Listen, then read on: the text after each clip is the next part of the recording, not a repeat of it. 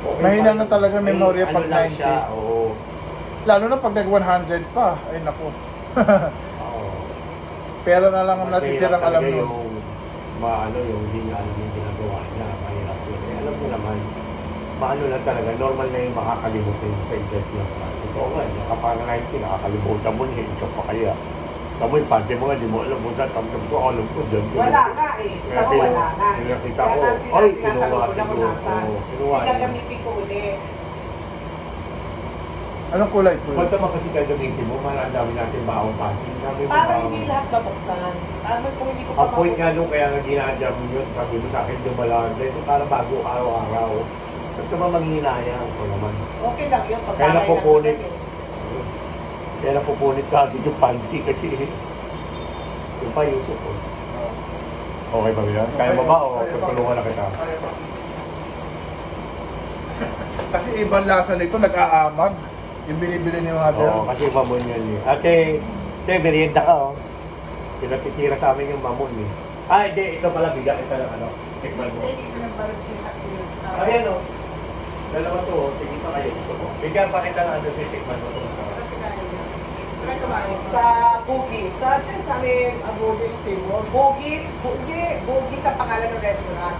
Singaporean restaurant. Saan yun? Diyan sa may, Banawe. Ito. Ay, malapit dyan sa pagupitan. Ano yan? Bugis Cafe. Hindi ka, Ay, may restaurant. restaurant. Pero ano ito eh. Hindi mo na lang, ako makikinig. Ayun na. Sa limari no.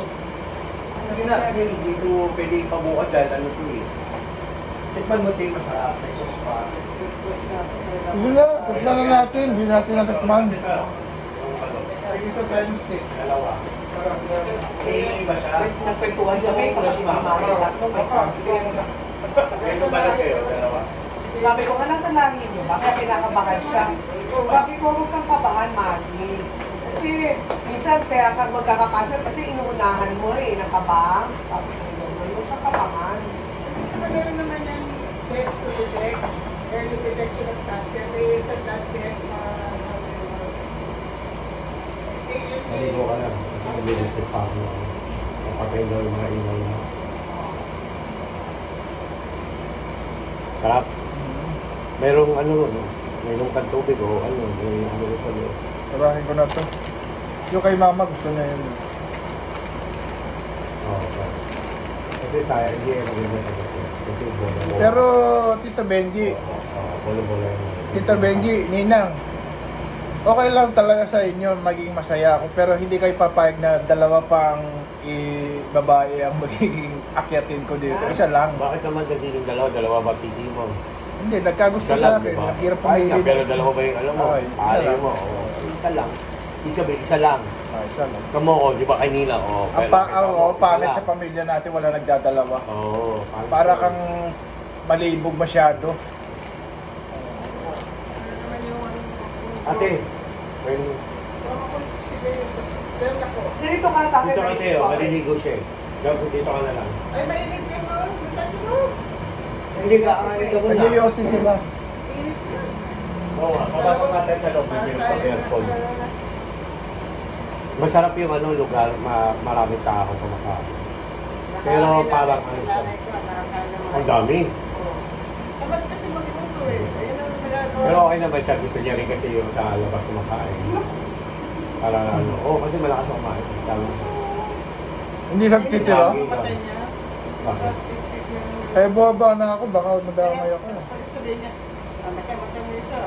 Mata niya, kapag ano. Ang diin yung tumingin. Para kang tinutusok sa kamay. Wala lang pa. Wala lang pa sila. Mga matandaan. Kaya dapat na, ano na siya eh, kahit yung good seeds na siya eh. Kasi in a moment eh, ano na siya.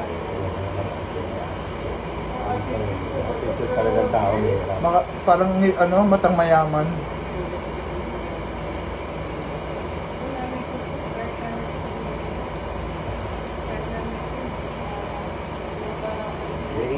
Ano, pagkalala mo kamahalin kayo talaga. Pagkalala mo nalang mahalin. Ay, hirap talaga rin. Alam ko naman yun. Kaso lang, Ito lang ako. Wala kayong gusto. Ito lang pa siya. Bali, ate naman, ate Oda naman, alam mo, pinagpapala ka nga kasi mabait kang tao. Okay lang, Sabi ko nga yun sa nga kanya yung, eh. ano, yun lang ang importante, naging mabait ka kasi. Sabi ko sa kanya, ano, God is with me. Hindi, ano, dami na ako anak-anak sa iyo. Sabi ko, huwag mo na kung salita ko mag-alas sa after sa pag-daddy. After I resign, daddy went to my hand. Siya, doon sa baba. Ang hirap eh, ang great mo. Pag-dadalagaan. Pero alam naman ni daddy ngayon ang ginagawa mo sa kanya.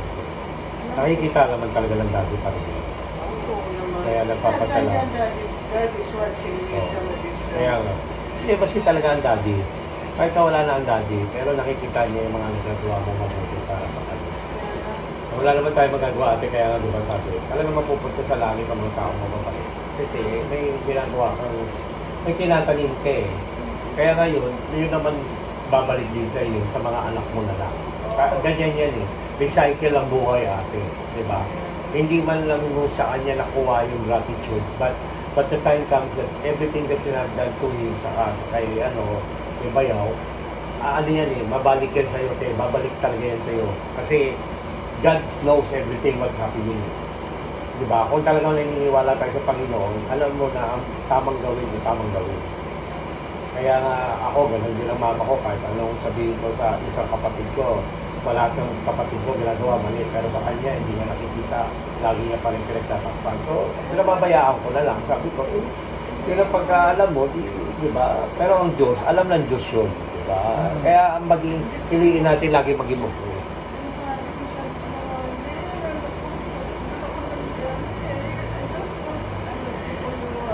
Kaya yung sinabi, pinapatama ko.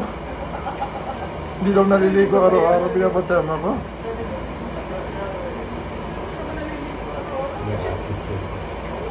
Nagdilim ang paningin niya, yung pinigilan niya dahil nandito ko yan. Kung wala, anuhin niya si mama, duduruhin niya naman yan. Kailan ba nangyari yun? Yung kanina, nagpigpigilan siya.